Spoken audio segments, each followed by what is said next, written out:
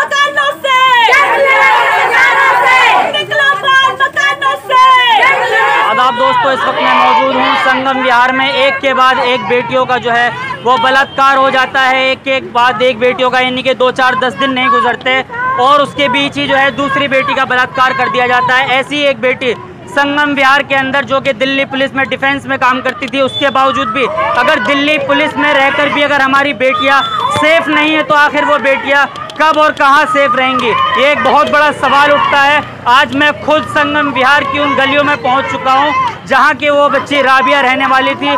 उन्हीं के जो है लोगों के यहाँ पर इस वक्त जो है रैली के बीच चल रहा हूँ। महिलाएं यहाँ पर मौजूद हैं, जो महिलाएं आवाज़ उठा रही हैं। महिलाओं की मांगे हैं कि हत्यारों को फांसी मिलनी चाहिए। आखिर इस तरीके से जो है बार बार बेटियों के बलात्कार आखिर कब तक होंगे? तो महिलाएं जो है यहाँ पर हमारे साथ मौजूद हैं, जो इस वक्त जो है गली गली घूम कर जो है लोगों को जागरूक करने की कोशिश कर रही हैं। महिलाओं की मांगे हैं कि घरों से निकलो और बेटी की इंसाफ की मांग करो। यहाँ पर जो है काफ़ी ज़्यादा बारिश की वजह से कीचड़ भी है, उसके बावजूद भी लोग जो है लगातार डटे हुए हैं। लोगों की मांगे हैं, पूरे भारत के अंदर इस वक्त जो है इंसाफ की मांग की जा रही है। लेकिन क्या उस बेटी को इंसाफ मिल पाएगा, या फिर हाथरस और बहुत सारी बेटियां ऐसी हुई जिनके इंसाफ की आवाज़ें तो उठाई गई लेकिन उन बेटियों को इंसाफ नहीं मिल पाया। तो इस तरह की मांगें बार बार उठती है, लेकिन आने वाले 4 या 5 दिनों के बाद जो है वो आवाज़ दब जाती है और फिर उसके बाद जो सारे मुद्दे जो हैं वो दबा दिए जाते हैं। सड़कों पर आई हैं महिलाएं, सड़कों पर हैं इस वक्त, और महिलाओं की मांगे हैं कि निकलो बाहर मकानों से, जंग लड़ो शैतानों से। तो आखिर क्या मांगे हैं महिलाओं की? क्या मांगे हैं आज की? हमारी सिर्फ यही मांग है कि हत्यारों को फांसी दो और फांसी दो। जब आज सूरज कुंड में अपराधी की पेशी होने वाली थी तो आज उसकी तबीयत कैसे खराब हो गई? आज तबीयत खराब हो गई, कल पता नहीं क्या क्या खराब होगा। ऐसे मुद्दे को क्यों दबाया जा रहा है? हमेशा बेटियों के साथ ऐसे ही बलात्कार होते हैं। 4 दिन इंसाफ की आवाज़ें उठती है, उसके बाद फिर दब जाती है। हाथरस का जो केस था, हाथरस के केस में पुलिस ने अपनी मौजूदगी में बच्ची को जो वहाँ पर जला दिया गया और उसके बाद उस मुद्दे को भी ऐसे दबा दिया। क्या ये मुद्दा भी ऐसे दब पाएगा? हम इस मुद्दे को दबने नहीं देंगे, बिल्कुल इस मुद्दे को दबने नहीं देंगे। आए दिन महिलाओं के साथ इस तरीके से बर्बरता के साथ रेप किया जाता है। इसके बाद उन्हीं की माँ कहती है कि मैं नहीं चाहती कि मेरी बच्ची के साथ इस तरीके से हुआ है, आगे किसी और बच्ची के साथ हो। पर आखिर कब तक सारी माँ यही बातें बोलती रहेंगी?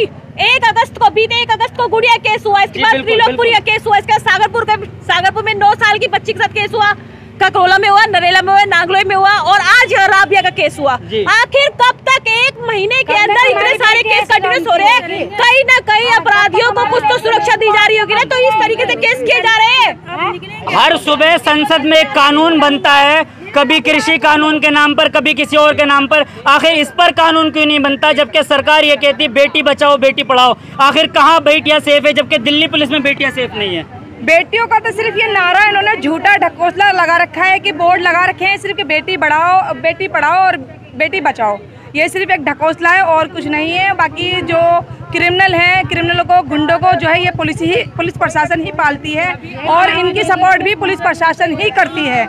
नहीं तो अभी तक कोई भी कार्रवाई नहीं, अगर ये पुलिस प्रशासन ऐसा काम ना करती तो अभी तक कार्रवाई हो चुकी होती। हमारी बेटी के जो मुजरिम हैं, जिन्होंने ये गंदा घिनौना काम किया है, वो अब तक के अदालत में होते हैं, उनको सजा मिल चुकी होती, इस तरह ढील ना होती। और आज जब वो अदालत से थाने आने वाला था और उसकी अचानक से तबीयत खराब हो गई, यानी कि ये वही हादसे वापस अपना दोहराए जा रहे हैं कि बस कानून को सिर्फ आड़ में रख के उन मुजरिमों की हिफाजत की जा रही है। बिल्कुल। बेटी बचाओ बेटी पढ़ाओ तो सिर्फ एक जुमला है, असल में तो ये है कि बेटी पढ़ाओ, नौकरी लगवाओ और बेटियों को मरवाओ, ये हो रहा है यहाँ पर। आखिर हर सुबह संसद में जब कानून बनते हैं तो आखिर बेटियों के लिए कोई कानून आज तक क्यों नहीं बना, इस पर सवाल नहीं उठता सरकार को? क्यों नहीं उठता है? हर मिनट में एक बेटी हमारी रोन दी जाती है दरिंदों के हाथ है। सरकार को समझ में नहीं आती है। क्या हम बेटियां पैदा इसीलिए करते हैं कि दरिंदे उस पे निगाहें डाल के एक चील की तरह बैठे रहे, उनकी आंखें नोच दी जानी चाहिए। अब तक मिनट से पहले ये काम हो जाना चाहिए, मिनट से पहले उसे फांसी हो जानी चाहिए। हम उस दिन का इंतजार नहीं करते कि हमें सबूत मिलना चाहिए, हमें कोई ऐसा सबूत मिले कि हम दरिंदे को फांसी दे। मिनट से पहले उसको फांसी हो। अगर सरकार के पास अगर ये कानून नहीं है तो हमारे पास कानून है, हम कानून देंगे। हम अपनी हर एक बेटी को निर्भया नहीं बनने देंगे, वाला कांड नहीं बनने देंगे। मेरी बेटी दिल्ली में खुलेआम घूम सकती है। अगर पुलिस वाले की बेटी अगर एक निक्कर में एक चड्डी में घूम सकते हैं तो मेरी बेटी क्यों नहीं स्कर्ट में घूम सकती है? मेरी बेटी का हक नहीं है? क्या बड़े बड़े सरकारी अफसर का हक है कि उसकी बेटी खुलेआम रोडती फिरे, घूमती फिरे? हमारी बेटी का हक कहाँ है? हम कहाँ जाए, हम कहाँ से गुहार लगाए कि हमारी बेटी को इंसाफ मिले? मेरे को राबिया के लिए बहुत दर्द है। मेरे सामने अगर वो दरिंदा आ जाए तो मैं उसका कत्ल कर दूं और मुझे फांसी पर चढ़ना चाहे तो मैं इस माँ को कोई गम ना होगा कि मेरी राबिया को इंसाफ मिल गया, मेरी हाथरस वाली को इंसाफ मिल गया, मेरी दिल्ली गेट वाली को इंसाफ मिल गया, मेरी तिलकपुरी वाली को इंसाफ मिल गया। मेरी बेटी हर सेकंड एक अपराधी के हाथ चढ़ती है, सरकार को दिखाई नहीं देती है, इनकी आंखें बंद हो चुकी है, फूट चुकी है। मैं ये सरकार से कहना चाहती हूँ, अगर ये सत्ता संभाल नहीं सकते तो हम पब्लिक के हाथ, हम नारी के हाथ कर दे, हम अपने आप संभाल लेंगे। क्या हमारी बेटी क्या गल गुल खिलाती है? हमें पता है हमारी बेटी कितनी अच्छी होती है जो वो घर से बाहर पढ़ने जाती है।